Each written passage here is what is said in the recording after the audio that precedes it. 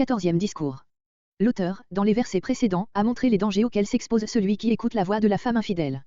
Il traite ici le même sujet.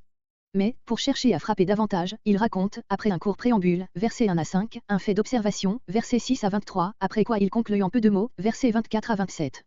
La forme narrative à laquelle il a recours ici est quelque chose de nouveau.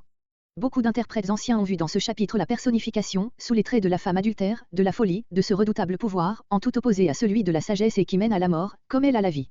Mais cette femme se présente sous des traits trop précis et sous une figure trop concrète pour que nous soyons en droit de ne voir en elle qu'une allégorie. Ce ne sont pas des abstractions personnifiées qui s'offrent au regard, c'est le portrait, tracé avec relief et vigueur, d'une créature réelle, dont l'influence malfaisante est redoutable entre toutes. On est surpris que le livre des Proverbes ne mette que les jeunes gens en garde contre l'impureté et ne les mette en garde que contre les relations avec des femmes mariées. Rappelons que le propre de toute saine éducation est de veiller au premier pas, au début dans la vie, puis, qu'en Orient les jeunes filles étaient en quelque sorte cloîtrées, tandis que le mariage donnait une liberté dont il était facile d'abuser. Peut-être aussi l'auteur se souvient-il du 7e commandement, qui, de tous les péchés d'impureté, condamne le plus grave, celui qui renferme tous les autres en lui. Verset 2. La prunelle de tes yeux.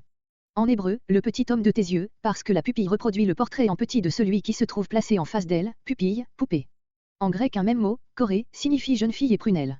Sur le sens de cette expression, gardez comme la prunelle, voir Zacharie 2.8. Verset 3. Attache-les à tes doigts. Voir Proverbe 3.3, note et Proverbe 6.21. Encore maintenant, pendant qu'ils disent leur prière, les Juifs portent, entourant 7 fois leur bras gauche et 7 fois le doigt médial de leur main gauche, des bandelettes de cuir ou de parchemin, téphilim, avec inscription sacrée. Voir Exode 13.9, note. Verset 4. C'est à la sagesse que le jeune homme doit réserver le nom d'ami, voilà une liaison permise. Verset 5. Pour te mettre en garde. Tel est le but à atteindre, si le jeune homme doit s'attacher si étroitement à la sagesse, c'est pour qu'elle le préserve d'un péché tout particulièrement redoutable. Verset 6. Car justifie les avertissements donnés dans les versets précédents. À travers mon treillis, qui, dans les fenêtres des maisons orientales, tamise les rayons du soleil et à travers lequel on peut voir sans être vu. Verset 7. Parmi les jeunes gens, qui, à cette heure tardive, circulaient encore dans les rues. Dépourvus de sens. L'auteur arriva à formuler ce jugement par la suite des faits dont il fut le témoin. Verset 8. Près de son coin, du coin d'une de ces femmes dont parlait le verset 5. Il passait, il marchait, sans s'éloigner. Il s'agissait d'un rendez-vous. Verset 9. Au sein de la nuit, littéralement, dans la prunelle de la nuit, c'est-à-dire au milieu, en pleine nuit.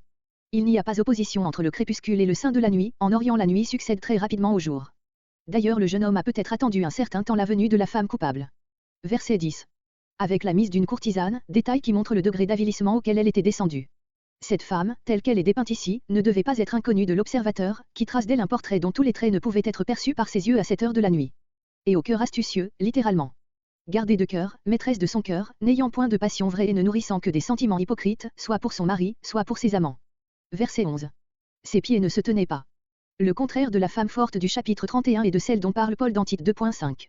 Sans retenue, même expression que Osée 4.16, génis rétive. Elle ne se laisse arrêter par aucune considération. Verset 14. Je devais un sacrifice d'action de grâce, manière de dire, j'ai préparé un festin, car la viande de ces sacrifices-là, après prélèvement d'une part pour l'Éternel et pour les sacrificateurs, demeurait à celui qui avait offert le sacrifice et lorsqu'il y avait un vu, comme ici, devait être mangé le jour même, Lévitique 3.17, Lévitique 7.16. Notre texte fournit la preuve du caractère profane que ces repas revêtaient parfois. La lettre de la loi était seule observée. Verset 16. De fil d'Égypte. Les Égyptiens ont toujours été très habiles dans la fabrication des étoffes teintes et connaissaient fort bien les couleurs minérales et végétales. Verset 17. Plusieurs pensent ici à des essences liquides, dont on se serait servi pour asperger le lit qu'on voulait parfumer, mais il semble plutôt que ce sont des aromates qu'on brûlait et à la fumée desquels on exposait les tissus, en les passant au-dessus des brasiers où l'on répandait les parfums. Ces trois mêmes aromates sont mentionnés Cantique 4.14. La myrrhe est une résine ou gomme odorante qui découle de l'arbre appelé balsamodendron myra et qui prend la forme de petits grains bruns, rouges ou jaunes, plus ou moins transparents. Cet arbuste croît en Arabie. Voir Exode 30.23, note. L'aloès est le bois ou la racine de l'Aquilaria agaloca, arbre originaire de l'Inde. Voir Nombre 24.6, note et Jean 19.39. Ce parfum rappelle l'odeur du benjoin. Sur la Saint-Namonée, voir Exode 30.23, note. Verset 19. Car mon mari, littéralement. L'homme, tout court, expression dédaigneuse. Pour un long voyage, renseignement destiné à dissiper les dernières appréhensions de son complice. Verset 20. À la pleine lune. Cette scène nocturne se passe au moment de la nouvelle lune, dans une nuit très obscure, verset 9. Verset 21. Par son éloquence, littéralement, par l'abondance de sa doctrine. Elle a beaucoup parlé, cet verset. Quant au mot de doctrine, que nous n'avons pas rendu, il est employé, ironiquement. Elle l'endoctrina par son verbiage. Verset 22. Et comme un homme garrotté, dont les pieds sont attachés par une corde courte, qui ne lui permet que de petits pas et l'empêche de fuir.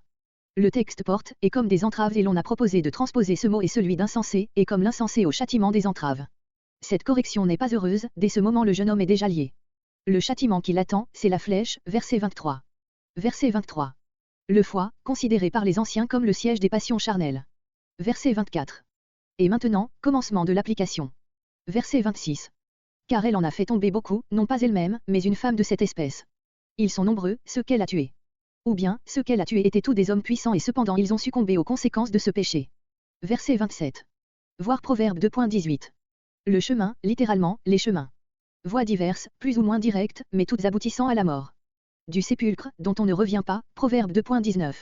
Il descend aux demeures, aux chambres secrètes, les plus reculées, Job 9.9, les plus profondes de la mort, Proverbe 5.5-6.